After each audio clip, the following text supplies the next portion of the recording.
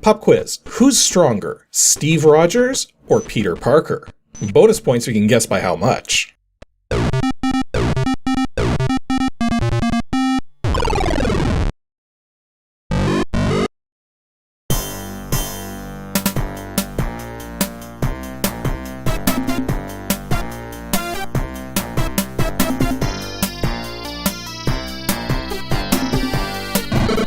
Where have I heard that music before? So today's Ancient DOS game is certainly an interesting one, all things considered, the full name of which is The Amazing Spider-Man and Captain America in Dr. Doom's Revenge. Which, naturally, I'm just going to shorten to Dr. Doom's Revenge because I'm only allowed so many characters for the title of the video, among other reasons. The thing is, this was one of a pair of games envisioned by Marvel Comics and Paragon Software, the other being X-Men, Madness, and Murder World, where the idea was to include an entire comic book inside the box, which you would read first to set the stage for the game, then you would boot the game and play out those final battles to thwart the evil plans of the supervillain featured. This, in and of itself, is a neat idea, and has been done in some of the other games we've looked at in the past, such as Firehawk, aka Thexter the Second Conflict, and Rise of the Dragon. However, there is some major evidence that this game was rushed out the door before it was finished, at least on the DOS side of things, given that there's ports of this game to several other computers. But this release of the game, in the state it was released in, on its lowest skill setting, is freaking harder than Doom on Nightmare skill. And couple that with there only being music on the title, ending, and game over screens, not during gameplay, and couple that with surprisingly bad controls, and then couple all of that with some of the worst fighting mechanics ever, and you basically have a recipe for a game that looks amazing, but plays like garbage. The irony being, the game probably doesn't look all that bad at first glance, but as we dig deeper, you're going to see there's some major problems lurking under the surface. Not to mention, the copy protection is kind of a joke.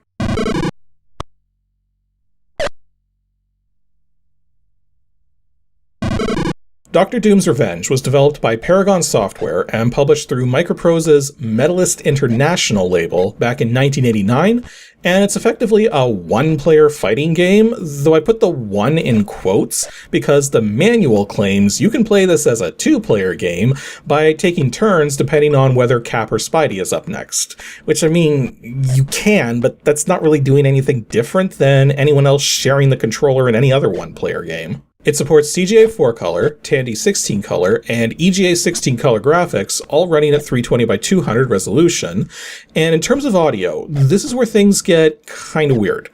Officially, the game only supports the PC speaker for sound effects, and only supports the PC speaker or ad-lib cards for music. And heck, even the Moby Games website only lists those two audio options in the DOS specs. However, I can confirm the game does have Tandy 3 voice support for the music. But things get a little more crazy with that fourth audio option. Apparently, there was a series of speech synthesis devices out in the 80s known as the Hearsay, with the actual models I'm aware of being the Hearsay 100, Hearsay 500, and Hearsay 1000. The idea was that these were early text-to-speech and speech-to-text devices, mostly known on the Commodore 64-128 line of computers, but apparently they were available for the PC as well. And despite no mention of the Hearsay device on the box or in the manual, Dr. Doom's Revenge supposedly supports using these devices as a README file is included to indicate how to set one up and get it working with the game. Beyond that, though, I have no idea whatsoever what it would sound like, when the speech would play, and no way to confirm if the game genuinely supports these devices or not.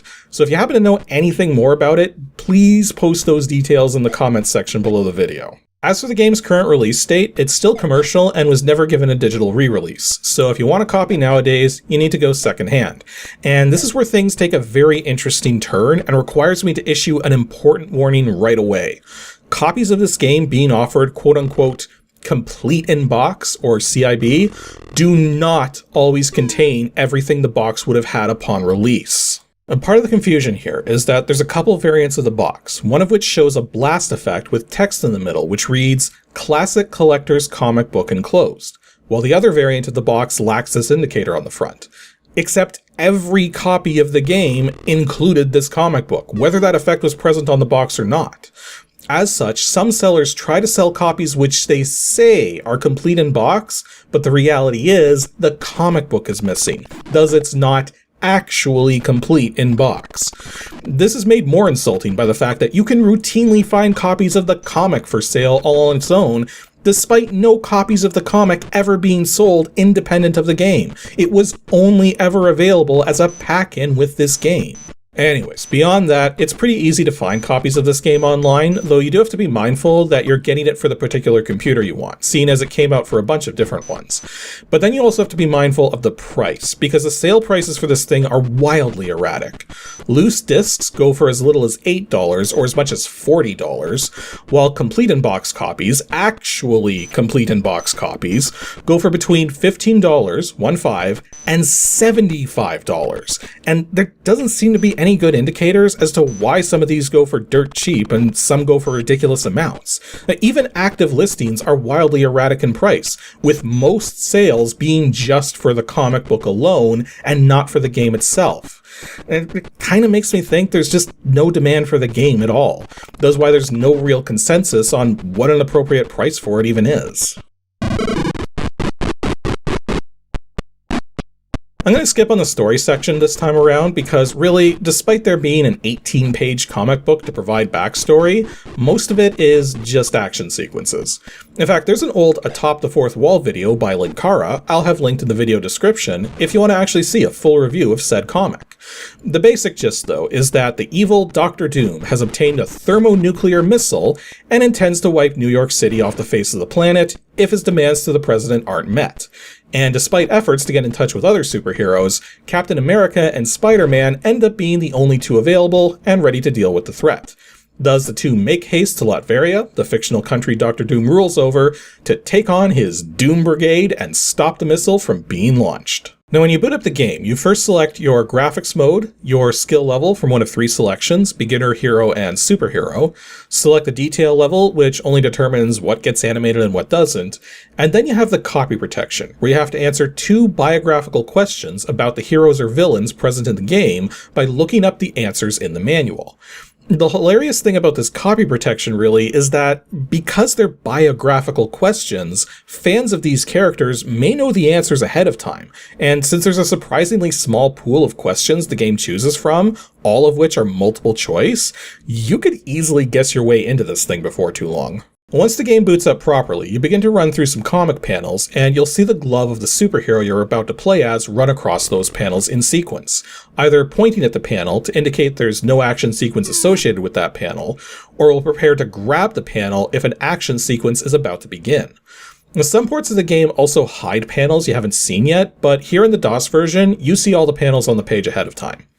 There's also a bookmarking feature you activate with the B key to save what panel you're on, with a little fold appearing in the corner of the page to let you know a bookmark has been placed on a panel somewhere on that page. When an action sequence begins, your hero will come on screen from the left, your opponent from the right, and the idea is simple: fight them until they go down. Well, Captain America only has a health bar, but Spider-Man has both a health bar and a web shooter bar, as Spider-Man only has a limited amount of web fluid to use. When the battle is over, an arrow appears to let you know that you can continue right, and upon doing so, you either proceed to an additional screen for the section that you're in, or you go back to the comic pages to progress the plot. Sometimes the additional screens in a section are blank, but sometimes they'll randomly have simple robots to fight or traps to evade. Speaking of the traps, you also have what's referred to as superhero challenges, where you need to dodge and/or destroy certain obstacles in your way. The irony being that these traps are far more deadly than any of the actual supervillains you face. In fact, see this little thing right here? Looks cute and harmless, right? Nope. That unassuming little nightmare box is the only insta-kill in the entire game. Oh yeah, and when you die, you do indeed see the aftermath of New York City getting nuked, which is perhaps a little too on the nose nowadays, but comic book artists in the 80s and 90s loved making things look as bleak or gruesome as they could get away with. And then yeah, with each page of the comic presented in the game, you flip-flop between Captain America and Spider-Man, taking on various supervillains related to them, with Spider-Man ultimately taking on Mysterio, posing as the Hulk, before disarming the nuke, and Captain America ultimately taking on Dr. Doom. I mean, so far nothing here seems too out of the ordinary, and it seems like the game is playing perfectly fine. Well, Let's talk controls first, because quite frankly, they're abysmal. I mean, the layout of the controls is simple enough. You just use the numeric keypad and the control key. But let's start with the first egregious problem. This is a fighting game using the standard BIOS keyboard handler. I'm just going to let that sink in for a moment for everyone facepalming because they know what that means. But if that's not you, then let me break it down for you. The standard way the keyboard is handled in DOS is meant for typing, as it only allows for one key to be pressed at a time, and upon pressing a key, it only generates that input for a single frame, then takes a split second before it starts repeating that input. It is an incredibly bad method of control for most kinds of action games. But the only way to do better was to program your own keyboard handler by creating your own interrupt routines, and not everyone knew how to do all of that. Though that said, the game does have a means to detect when you let go of a key, thereby erasing the remaining contents of the keyboard buffer, so holding keys down won't continue repeating actions when you let go. Unless you hold them down between an action to comic transition, in which case it will. As for what the controls actually do though, this is where it gets kinda nuts. If you're not holding the control key down, the numeric keypad produces one of 5 effects: moving left or right, jumping in a left or right arc, jumping straight up, ducking, or turning around. Yes, this is a fighting game where you do not automatically face your opponent at all times. You have to manually turn to face them, made worse by the fact that to perform a turn, you need to press diagonally down left or down right, either of which simply flips the direction you're facing, neither of which are easy to intentionally perform using a joystick or gamepad, because you're far more likely to start moving left or right or start ducking, at which point you can't attempt to change direction again until you stop those actions. Yeah, you might have thought for a moment that using a joystick or gamepad would get you around the keyboard controls being abysmal, but guess again, because the joystick controls are worse because of what you have to do to manually flip the direction you're facing. But that's just for movement. To attack, you hold the control key down. While holding the control key, every upward direction produces a high attack, every downward direction produces a low attack, and the middle, left, and right directions produce a mid attack. But there's 9 different kinds of attacks in the game, not just 3, as the kind of attack you get is also based on how close you are to your opponent. If you're right up next to them, you'll perform punches and kicks, or shield bash with the cap.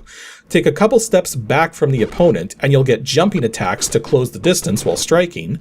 And if you're around half the screen width distant from your opponent or more, you get a long-ranged attack, such as Spidey's web shooter or Cap throwing his shield like a boomerang. And to be fair, this system of selecting attacks works okay for what it is. But we still have one final monkey wrench to throw into this mess. Every once in a while, you'll go to perform an action of some sort, and instead of the action being performed, all you'll hear is a beep. This is because every action has a minimum amount of screen space it requires both in front of and behind your character to be successful, and if either of those checks for space fail, the action doesn't trigger. In virtually every other fighting game known to exist, if you were to perform an action without enough room, your character would simply be forced to stay within the boundaries of the gameplay. But they would still perform that action all the same. Here, it's just a beep followed by nothing, wasting your time and leaving you wide open to attack from your opponent. Not to mention, not only can your attacks refuse to activate, jumping and even freaking turning around can fail to activate. Yeah, having to step backwards away from the edge of a screen to be allowed to turn around to face the other direction is a thing in this game, as is not being able to jump towards a screen edge from somewhere in the middle of the screen because your jump arc would send you off screen slightly if it was allowed. The controls in this game, while relatively simple, are just a nightmare to use. Plus, the cherry on top is that this is a fighting game with no blocking. Yet you cannot block attacks. Granted, neither can your opponents. No, true, Captain America has his shield, but that can only block projectiles, not punches and kicks, and can only do so if you're not moving or performing any other actions. Also, if you hold up, Spider-Man will jump onto the ceiling and stay there, making him virtually impervious to attack, but also being unable to attack back. Though there's certainly some uses for this tactic, especially considering we haven't even gotten to the worst part yet. This is the other aspect of the game which leads me to believe this particular release was rushed out the door before it was ready. The difficulty of this game is through the freaking stratosphere. I mean, the skill settings are labeled as beginner, hero, and superhero, but the reality is that they should be named virtually impossible, actually impossible, and Dr. Doom is about to make you his bitch. Seriously, it may not look so bad here because I've been playing on the lowest skill setting, but if you raise the skill setting up, not only do the superhero challenges become nearly impossible to not die from, the enemies you face all do considerably more damage. Wouldn't be so big a deal if the game offered you a means to restore your health, except, yeah, something I haven't mentioned yet, which is the crux of the game's difficulty, is that you do not regain your health between comic panels. Captain America and Spider-Man each get a single health bar to each go up against at least one robot, a few traps, and 5 supervillains. I mean, cripes. Anyone remember those moments in Mortal Kombat where you had to go 1v2? Well, imagine instead having 1v5 with traps to dodge between each fight, no healing items, and no blocking.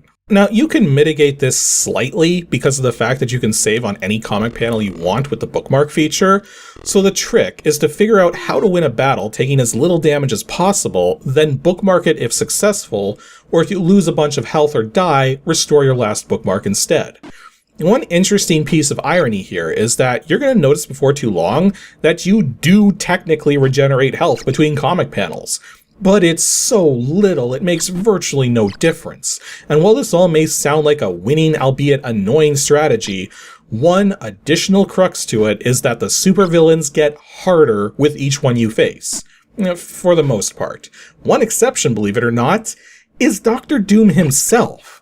Seriously, for some reason, Dr. Doom has surprisingly bad AI compared to nearly all other opponents in the game. Well, this does beg the question, though. If the game is so freaking impossible, how the heck did I reach Dr. Doom with nearly all of my health intact?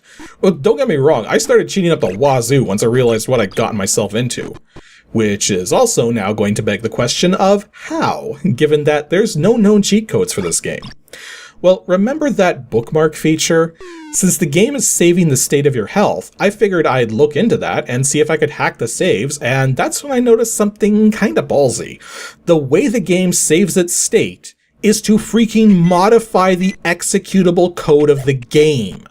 Now granted, the only file it's modifying is the .com file which handles the initial startup sequence, but still, that's the kind of file modifying behavior which gets things flagged as viruses nowadays. Also, the actual save data stored amounts to only 6 bytes and no checksums. 2 bytes to set the comic panel you're on, a byte for Captain America's health, a byte for Spider-Man's health, a byte for Spider-Man's web shooter ammo, and a byte to set the skill setting. I also learned in the process that our heroes get 200 health points, and Spider-Man gets 100 shots for his web shooter, which is actually a pretty decent amount of ammo given that it doesn't regenerate either. Overall, Dr. Doom's Revenge is a neat concept of a comic/video game crossover, which has been done really well aesthetically, while being coupled with gameplay I wouldn't wish upon my worst enemies. Even if you're a fan of Marvel Comics, the fact that the game is so incredibly difficult and obtuse with its controls means that you can't really experience what this game has to offer without being a god gamer or hacking its save data. Thus, it's hard for me to recommend this to anyone really. But all the same, it's still an interesting piece of gaming history. In terms of setting this up in DOSBox, just leave cycle set to auto, and if for some strange reason you want to try out using a joystick or gamepad, which again, I do not recommend, you need to turn off timed intervals to get it working quote-unquote right, or more accurately, as good as it can be. Anywho, that's all for today's episode of Ancient DOS Games. Next up, 2 Saturdays from now, on August 30th, we're going to be taking a look at another fighting game, though this one might actually be better.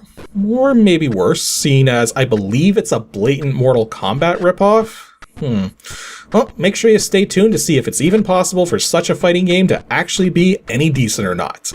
Or at least better than this one.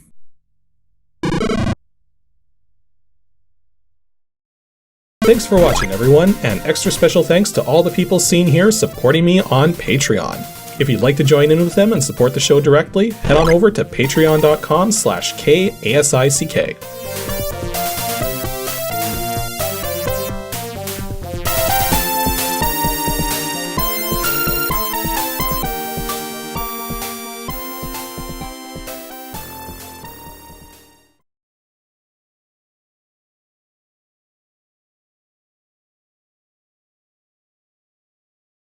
Steve Rogers, being buff as heck but still an everyday human, can lift 600 pounds. Peter Parker, thanks to his radioactive blood, can lift 22,400 pounds.